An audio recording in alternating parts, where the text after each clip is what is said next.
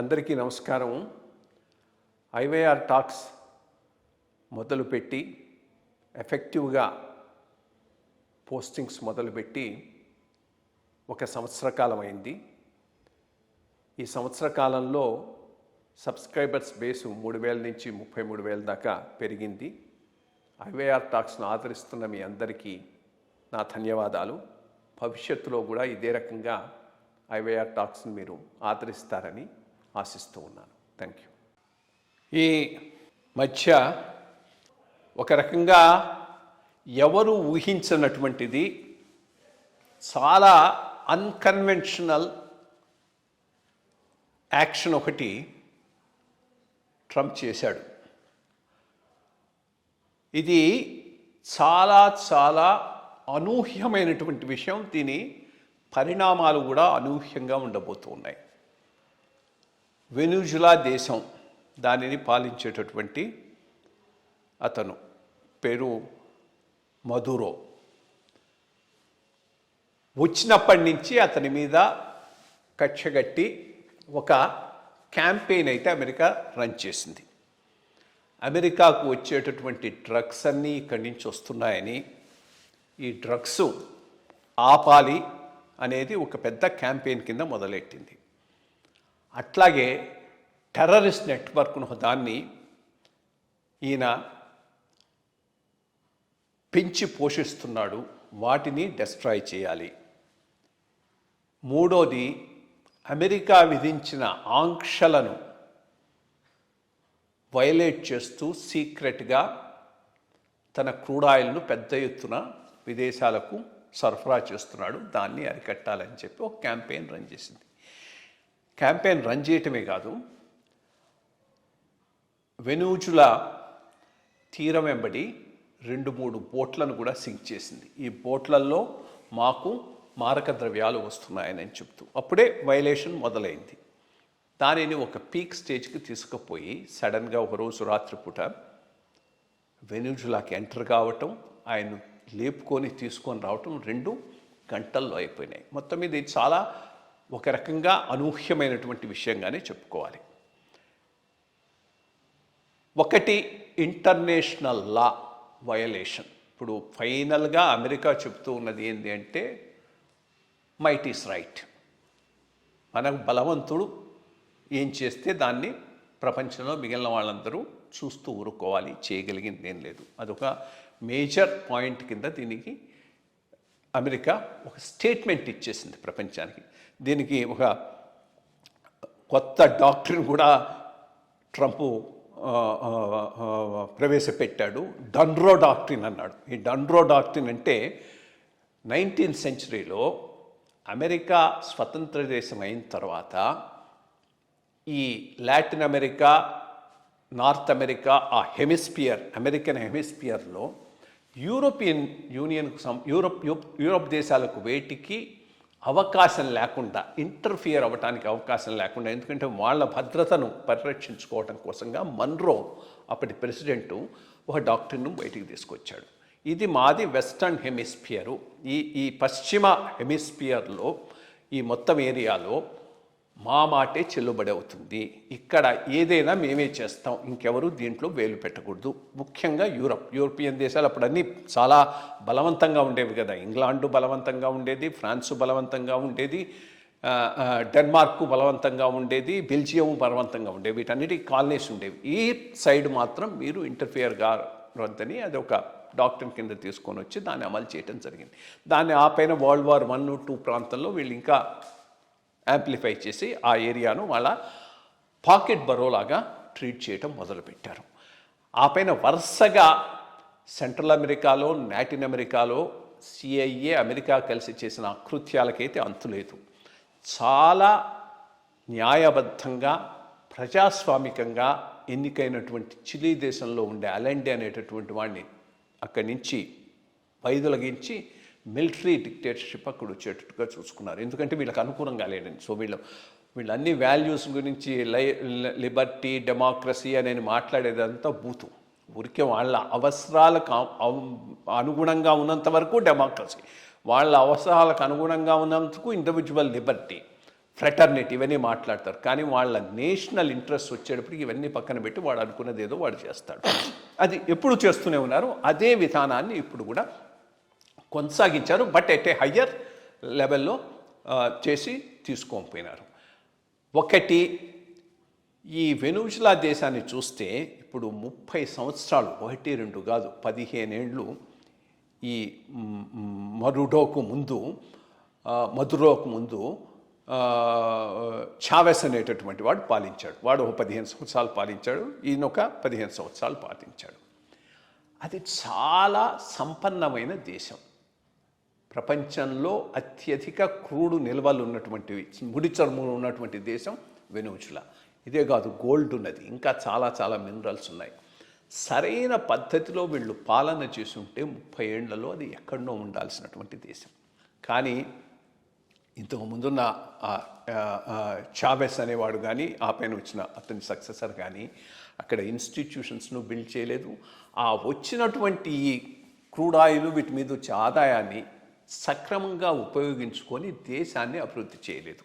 సరే, ఆటోక్రాట్స్ అంటారు. మరి సౌదీ అరేబియాను పాలించేటటువంటి వాళ్ళు ఆటోక్రాట్సే. వాళ్ళు ఏమీ కింగు, వాళ్ళు ప్రజాస్వామ్యం ఏం లేదు. కానీ చాలా తెలివిగా ఈ క్రూడ్ ఆయిల్, పెట్రోలు వీటి నుంచి వచ్చేటటువంటి ఆదాయాన్ని ఆ దేశాన్ని అభివృద్ధి చేసుకోవడానికి చాలా బాగా ఉపయోగించుకున్నారు. అమెరికాతో ఒక డీల్కి వచ్చేసి అమెరికా ఇంటర్ఫిరెన్స్ లేకుండా చూసుకొని బ్రహ్మాండంగా డెవలప్ అయినారు. సరే, అక్కడ పాపులేషన్ తక్కువ ఉన్నది, అది వేరే విషయం. ఇక్కడ పాపులేషన్ ఎక్కువ ఉంది. కానీ ఆ స్థాయిలో కాకపోయినా ఒక స్థాయిలో గనక వీళ్ళు సరైన పాలన ఇచ్చేసి ఉంటే ఈ ప్రాంతాలకు అసలు అమెరికా మీద మొత్తం దేశమే తిరగబడి ఉండేది. అన్ఫార్చునేట్ థింగ్ ఏంటంటే, ఇతను ఎత్తుకోకపోతే దేశంలో వచ్చిన ప్రొటెస్టు లేదు, ఒక దానికి అమెరికాకు ఎగనెస్ట్గా ఒక డెమాన్స్ట్రేషన్ కూడా లేదు. దాన్ని బట్టే తెలుస్తుంది ఎంత అన్పాపులర్ లీడర్ అనేటటువంటి తెలుస్తుంది. పాపులర్ అయినా అన్పాపులర్ అయినా ఆ రకంగా తీసివేయటం అనేది ఇంటర్నేషనల్ రూల్స్కు పూర్తిగా వ్యతిరేకం. దాంట్లో ఏమీ సందేహము లేదు.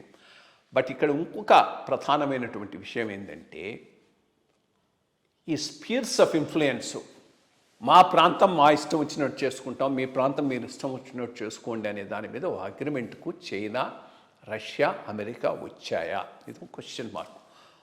వచ్చాయనేటటువంటి కొన్ని సంకేతాలు అయితే వస్తూ ఉన్నాయి. అంతకుముందు పుటిన్ ట్రంప్ను కలిసినప్పుడు వెనుజులా విషయం నువ్వు చూసుకో, యుక్రెయిన్ మాకు వదిలేయనని చెప్పాడని ఈ మధ్య చాలా న్యూస్ ఛానల్స్లో కథనాలుగా వస్తున్నాయి. అదే కనుకైతే చాలా డేంజరస్. అంటే ఇప్పుడు రేపు ఇదే విధానాన్ని పుటిన్ కూడా యుక్రెయిన్లో ఉపయోగించి జెలెన్స్కీని లేపేసిన తర్వాత అక్కడ అతనికి రష్యాకు పెద్దగా అపోజిషన్ ఉండేటటువంటి అవకాశం లేకపోవచ్చు. రేపు చైనా ఇదే ప్రెసిడెన్స్ని తీసుకొని తైవాన్ను ఆక్యుపై చేసుకున్న ఆశ్చర్యం లేదు. అప్పుడు దానిని అడ్డుకునేటటువంటి మారల్ రైట్ అమెరికాకు ఉండదు. సో ఇది ఒక అంతర్జాతీయంగా కొత్త పరిణామం ఒకటి డెవలప్ అవుతూ ఉన్నది. సరే, ఇది ఒక అంశం. ఇక రెండో మేజర్ అంశం ఏంటి అంటే, ఫ్రమ్ హియర్ టు వేర్ ఏం చేయగలరు? ఒకటి, అది ఒక పెద్ద దేశము లోకల్గా చాలా ప్రాబ్లమ్స్ ఉన్నాయి. ఇప్పుడు ఏమంటున్నాడు, అమెరికా రన్ చేస్తుంది, వెనుజులా ప్రభుత్వాన్ని అమెరికా రన్ చేస్తుంది అంటాడు. అంత ఈజీ కాదు. ఏదో ఆ దేశాన్ని తీసేసుకొని ఆ చమురంతా లాగేసుకుందాం అంటే అంత సులభంగా అది జరగకపోవచ్చు. అది రెండో విషయం. ఇప్పుడు ఆ ప్రెసిడెంట్ అయింది. నేను అనుకోవటం ఆ వైస్ ప్రెసిడెంట్కు అమెరికాకు ఏదో డీల్ అయి ఉంటుంది. దాంట్లో మాత్రం ఏమీ సందేహం లేదు. బయటికి ఏదో గట్టిగా మాట్లాడుతూ ఉన్నా కానీ ఇంటర్నల్గా ఏదో అడ్జస్ట్మెంటు, అండర్స్టాండింగ్ ఉన్నట్టుగానైతే చాలా చాలా క్లియర్గా అవుపిస్తూ ఉన్నది. సో కొంతవరకు అమెరికా ఇన్ఫ్లుయెన్స్ అక్కడ పనిచేసే అవకాశం ఉన్నది. ఈ చమురు కూడా కొంతవరకు, ఈ క్రూడ్ ఆయిల్ అవి కూడా అమెరికా చేతిలోకి వస్తుందా వేచి చూడాలి. బట్ ఎంత సక్సెస్ఫుల్గా తీసుకోగలుగుతారు అదొక పాయింట్. దీనిని మించిన పాయింట్ ఈ ఆపరేషన్లో బయటకు వచ్చింది ఏంటి అంటే, ఎప్పటికైనా, ఈ రోజుకైనా, రేపటికైనా మనకు తెలిసిన ఫ్యూచర్లో ప్రపంచంలో సైనికంగా చాలా బలమైన దేశం అమెరికా. అమెరికాకు ఏ రకంగానూ రష్యా చైనా పోటీ నిలవలేవు. ఇప్పటిదాకా ఏమనుకుంటున్నారు, చైనా గట్టిపడుతూ ఉన్నది, ఇది బైపోలార్ వరల్డ్ అవుతుంది, అమెరికాకు స్ట్రాంగ్ కాంపిటీషన్ ఇవ్వచ్చు, ఇది అది అనుకుంటున్నారు. అది ఏమీ లేదు. బికాస్ ఇది అయిన తర్వాత కూడా చైనా రష్యా రియాక్ట్ అయిన విధానం, అంతకుముందు ఎప్పుడు క్యూబన్ క్రైసిస్ అయినప్పుడు అమెరికా అక్కడ న్యూక్లియర్ వార్కు రెడీ అయితే రష్యా కూడా రెడీ అయింది. ఈరోజు ఏదో కండెమ్ చేశారే కానీ ఈ మరుడోకు సహాయంగా వాళ్ళ ఆర్మీని పంపించలేదు, ఎయిర్ క్రాఫ్ట్స్ను పంపించలేదు, ఏ రకమైన యుద్ధం చేయడానికి చైనా కానీ రష్యా కానీ రెడీగా రాలేదు. దీని అర్థం ఏంటి అంటే ఇది యూనిపోలార్ వరల్డ్. అమెరికా ఇంకా చాలా చాలా రోజుల వరకు ఈ ప్రపంచాన్ని డామినేట్ చేయబోతూ ఉన్నది అనేది ఒకటి బాగా బయటకు వస్తున్నది. రెండోది, ఎంత బ్రహ్మాండమైన నెట్వర్క్ ఉండకపోతే ఎటువంటి సమస్య లేకుండా అంత సులభంగా పోయి వాళ్ళ దేశపు ప్రెసిడెంట్నే లేపుకొని వచ్చారంటే అది చాలా చాలా మిలిటరీ మైట్ అమెరికాది, అన్క్వశ్చనబుల్. మిలిటరీ మైటే కాదు, intelligence and secret service, CIA ఎంత స్ట్రాంగ్గా ఉన్నదో దీన్ని బట్టి తెలుస్తూ ఉన్నది. ఇది ఒక రోజులో జరిగింది కాదు, ఎంతో రోజుల నుంచి చేసినటువంటి ఒక పెద్ద ప్రణాళిక. ఆ మొత్తం ఇన్నర్ సర్కిల్ అంతా ఇన్ఫిల్ట్రేట్ చేశాడు వాళ్ళకు తెలియకుండానే, ప్రెసిడెంట్కు తెలియకుండానే.